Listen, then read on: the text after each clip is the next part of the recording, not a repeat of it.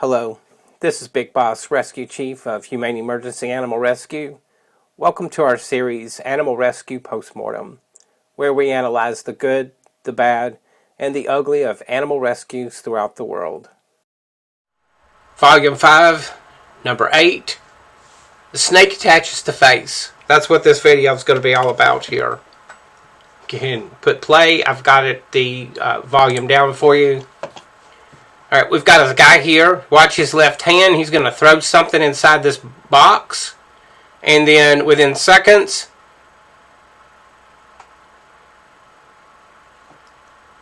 did you see that? I'll go back for just a moment here. Did you see how fast that happens? I think it happened so fast that the frames per second on the camera didn't pick that up. The complete movement there. So it looked like it was just no snake there, and then there was instantaneously a snake attached to this guy's face. Go ahead and pause it here for just a moment. The snake is doing exactly what it's designed to do. It attaches to prey, and then its next action is going to be to wrap around the prey as a constrictor, and then suffocate that prey as quickly as possible, so that it doesn't lose that meal and it gets a meal that day. Okay? So you can see that in the snake's body here. It's trying to wrap around stuff. Whatever. I'd say stuff because it could be this guy's arm, his leg, or his arm, leg, or neck. And then while I said neck, here's the thing to note about this kind of incident here. As large as this snake is, if this guy was by himself, he has a possibility of getting killed by this snake. He couldn't get eaten by this snake, but this snake could easily kill him if it wrapped around his neck, and he didn't have assistance from anyone to help stop that from happening. Okay? And then, so let's just let this play out. We can see that they're pulling on it. They're trying to pull on the snake to pull it off.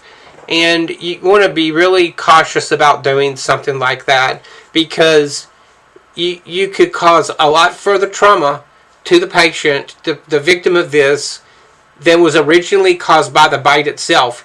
You could blind somebody. You could put out one or both of their eyes, depending on the way the snake's attached to the face.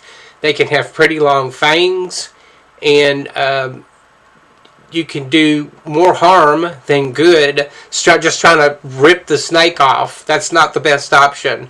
The best option here, let me pause this for a moment and we'll go over to this image here.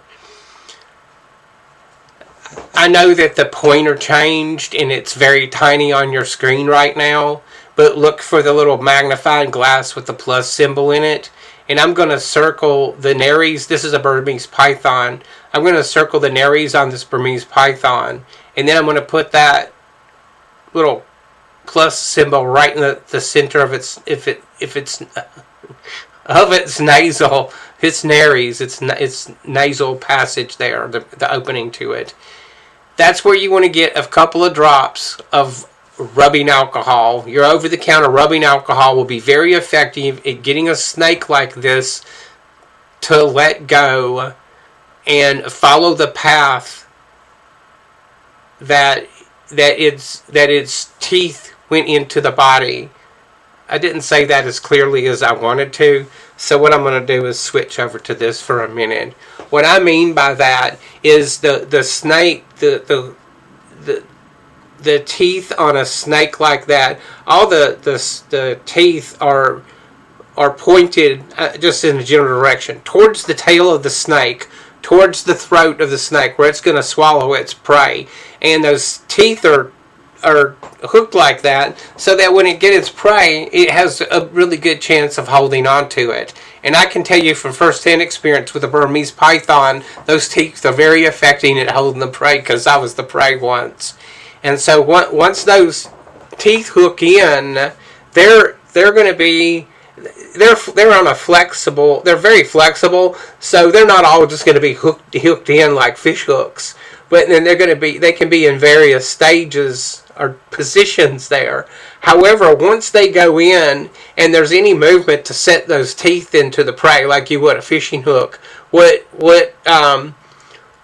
is the best course of action for that is to get some rubbing alcohol into those nares. It'll start the burning sensation, and what the snake's head will do is the jaw is very flexible, and all of the entire head structure of the snake is very flexible. But what it'll do is it'll start pushing its teeth out roughly the same way that they come in, they enter into the body, and that'll minimize the trauma that's caused. But if these teeth are all hooked in here, and they have quite a number of them, and then you just start trying to tug on the snake here, that's not what you want to do. You want the snake to come off in a more natural way. That's what your rubbing alcohol is going to do to you. If you start pulling, you're going to start tearing flesh and cause further trauma on your victim. Okay, so just because somebody has a snake on them, a python on them, as long as the person's not being choked to death, it's not a life-threatening emergency that requires drastic measures to get the snake off. Remember, the key words I said there, as long as the person's airway is not compromised, they can breathe freely. It's not killing them just to have a snake attached. All right? So while it is urgent, it's not a life-threatening emergency at that point. Okay, so the caveat there is to the snake's not actually choking the person to death there. Because I know some people will take that literally.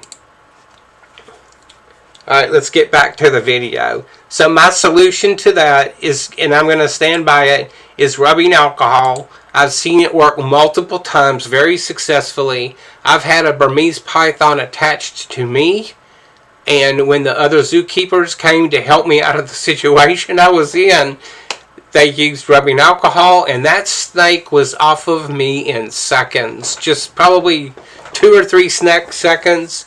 It flexed its jaw to pull those teeth out, and then it was off and away from me. Okay, and it didn't cause, the way that they did it and the effectiveness of the rubbing alcohol, there was no further trauma. The original trauma that was caused by the bite wound is the only thing that was going on with my hand there. Okay, and then as we can see here, point out, see this snake's looking for that prey that it just lost. It wants that back. So don't pull on it. You could chop the snake up, but that may not be the best option. You might put the person in danger, especially if people are just hacking at it like excitedly and not in control. First things first, you can carry a little dropper bottle of rubbing alcohol with you. It's over, you can get it in all the grocery stores and the pharmacies throughout the United States here. Just keep a little bottle of alcohol and rubbing alcohol in a dropper bottle in your emergency kit. It can go a long way. The other thing to note here, we don't know what direction that snake attached to his face. So we might actually have to have this person lay down, lay on their side, do whatever we need to do in order to access the nostrils of the snake. Okay? And that will be it. And then if the snake's wrapped around this person here, the best way to get a snake off is to unravel it from the tail up towards the head. That's the way you're going to have the most success. People are like, oh, I can't get it off. Unravel it from the tail section. And I hope you can see where my pointer is here. So here's the tail down here someplace. And just start unraveling it this way. Okay? And you can do it, even no matter how big the snake is. It may take the effort of multiple individuals to be able to do that and contain the snake so it doesn't keep wrapping around. But it can do it. And I want you to look for Volume 5, number 14. That is going to give you an example of a Burmese, or I don't know if it's a Burmese python, but a python attaching to someone. And I'll share my experience, what happened when I was working at the zoo there in much more detail there on number 14, because that's going to help you understand, or just sharing that firsthand experience. But then you can see what happens with that one. I don't think there's anything else I can add to that, except that the one time that I did have another snake attached to me when I was working at the zoo is, let's pause this again for a minute. Is it this image? No, not that one. This one here. Okay. So I'll stick with this image for a minute while I tell this story. We had a snake that was inside one of its cages that we kept it in, and then we had newspaper to make it easy to clean up the mess. However, the snake was under the newspaper. I knew the snake was under the newspaper. I had either a rat or a mouse I was going to feed it. As soon as I opened up the glass to feed the snake, it saw some movement here, or it picked up my heat signature, and immediately it flew out from under the newspaper there. And then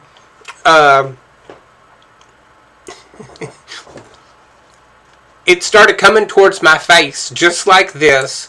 And then when it was about this far from my face, this is what I was looking at. The open mouth of a snake.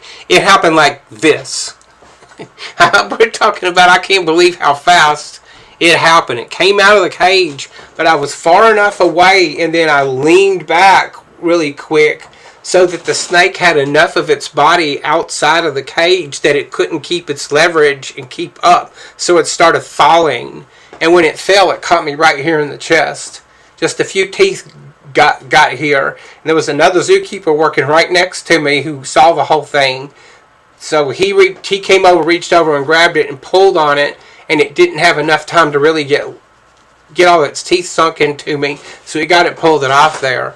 But the reason I'm telling you about this is because I want you to realize how fast this can happen. And if you think there's a snake in there, don't start sticking your face down and looking in the box like that, because that's what can happen to you. Watch this. I know we've seen it multiple times. That's what can happen to you very quickly. I hope I covered this topic pretty well on here.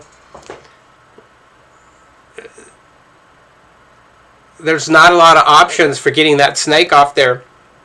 You could chop the snake up and kill it, and in the process risk hurting somebody. Use the rubbing alcohol, which has been very effective in my experience. There's just not many options to get that snake off there. So my first choice is going to be the rubbing alcohol. If the rubbing alcohol doesn't work, and let me make a note of this, smelling salts are those ammonia inhalant ampules that you crush. Those are probably not going to be very effective at all, because these snakes can hold their breath and move underwater for a period of time. So if it starts breathing that in, it might just hold its breath and it not be effective at all.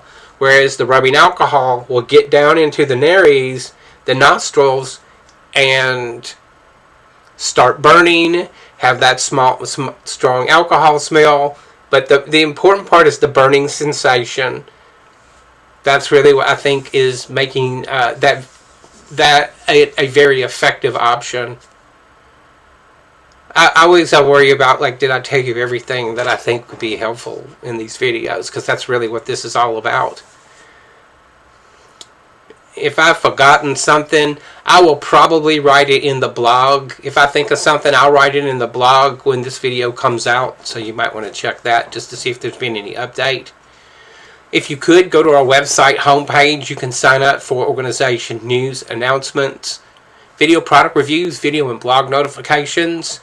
We'll never spam you. And then check out our merchandise. Maybe you can find something there. If you don't find something there that you think would be cool, let us know. Maybe we can make that happen and available on the site there. And then please make a donation if you get a chance to. That would be really greatly appreciated. And also, if you need to contact us, use the contact us form there on the website. Don't forget to subscribe to our YouTube channel. It's free. Like and share the videos with your friends, your coworkers, all of your relatives, the people down the street, the people across the street from the house there, whoever that you think might benefit from it. This is mostly geared towards anyone who just has curiosity, but also like first responders, fire rescue, animal control, that kind of profession.